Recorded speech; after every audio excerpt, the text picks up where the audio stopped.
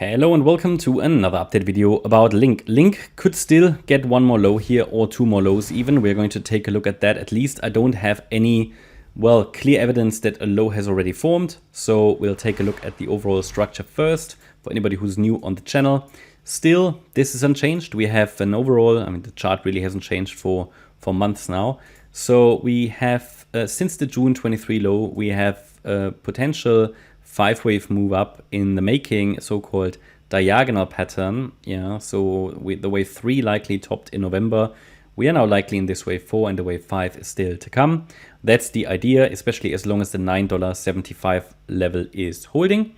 And that's the 50% retracement level, and that's the key support level that I like to use for a 50% retracement level, for a wave 4. So the 50% fib level is typically the level. You don't want a wave 4 below that level or the structure gets, invalidated. Okay, so what I'm watching for is, now a wave 4 in the making. And what we want to avoid is not only a break below that fib level, but actually at the same time, a break back into the price range below the basically below the breakout point, right? So this is the range the price was moving in between May 22 and October. Was it October? Yeah, last year. So really this long-term sideways range, honestly, a break back into that range would not have bullish implications. So we've got a very nicely defined range after breaking above 950. We're now dealing with a range between $18.30, which is previous resistance, as well as the previous breakout point at $9.50. So should be strong support around $9.50, $9.75 down there. We've got an upper boundary at $18.30, and anything between this is just noise. As long as we don't break support, the assumption remains valid. We're also moving within this ascending price channel here, and I'm currently watching for the price to come possibly a little lower, but there is currently no evidence that the wave 4 is over.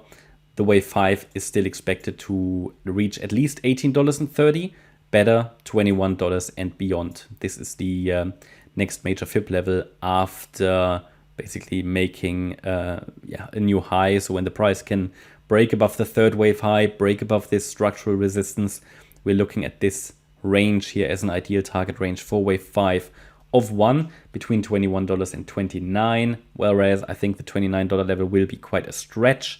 So we also need to see how low the wave 4 goes. Then we can add another series of Fibonacci levels to see where the price could really go and to get some confluence, because this is one way of measuring targets. Okay, so there are typically different ways of measuring the targets for such a fifth wave, but this can still change a little bit depending on how low the wave 4 actually goes. Now let's zoom into the detail, and what we always want to see ideally, okay, it could be a triangle, okay, but not in this case anymore. So what we normally want to see is an ABC structure, A wave down, overshooting B wave, C wave down. Very similar structure now to what Bitcoin is doing. Bitcoin is likely also in a wave 4. Bitcoin also moved down in an A wave, had an overshooting B wave, and then the C wave down. It's just that Bitcoin's top was a little later, I think in December, and this correction played out just in a different way for Bitcoin. But also here now for Bitcoin, the idea is that we're coming down in a C wave. The structure is very similar. And here on the Link chart, the idea is that so far the move down appears to be only a 3-wave move. So ideally, if this is a C wave down, which is typically the most probable structure, then what I would like to see is still a little bit lower. So this was a 1-2. This could be a wave 3, but probably still in the making. Then another 4-5. It takes a break above the wave 2 high to invalidate the idea that we get another low here. So it takes a break above $16.08. Yeah, so a break above that would invalidate the idea that wave 3 is still in the making or wave 5. Yeah, we would have to assume that some kind of a more substantial low has formed, but it's only a 3-wave move down. So the only structure that would work with is a so-called WXY structure. That's typically not the most probable structure. In a Y wave, we have 3 waves, A, B, C. But even then, it looks like we might get one more low. Okay, we'll see how that develops. But as I said, above that level, that $16.08 level, we have to assume that a low has already formed. It's just that WXY is not usually the first go-to structure. In addition to, well, especially if the X wave is an overshooting X wave, it's also not so common. So yeah, let's just see. For now, the idea is still that we could see another low. And if we zoom in to the 1 hour chart, then you can see why, because this move up so far doesn't really look convincing yet in terms of, okay, we've bottomed. Looks like a 3-wave move down as well. At the moment, I would argue we could still be in this 3rd wave. There could then still be another 4 or 5 pattern to come afterwards. So even here in the 3rd wave, 1, 2, 3, possibly now a 4 and then 5.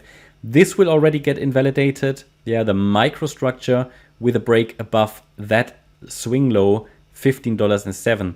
So that would be a first warning that something different might be going on. Because if this is a small micro wave 1 low, this here is a micro wave 4. You don't want an overlap between waves 1 and 4. Yeah, that's my update about Link. I hope you liked the update. If you did, please hit the like button, leave a comment and subscribe. And if you really like the content, then please check out the channel membership. Also, make sure that you follow us on Instagram and Twitter for additional content. Thanks a lot for watching. Bye-bye.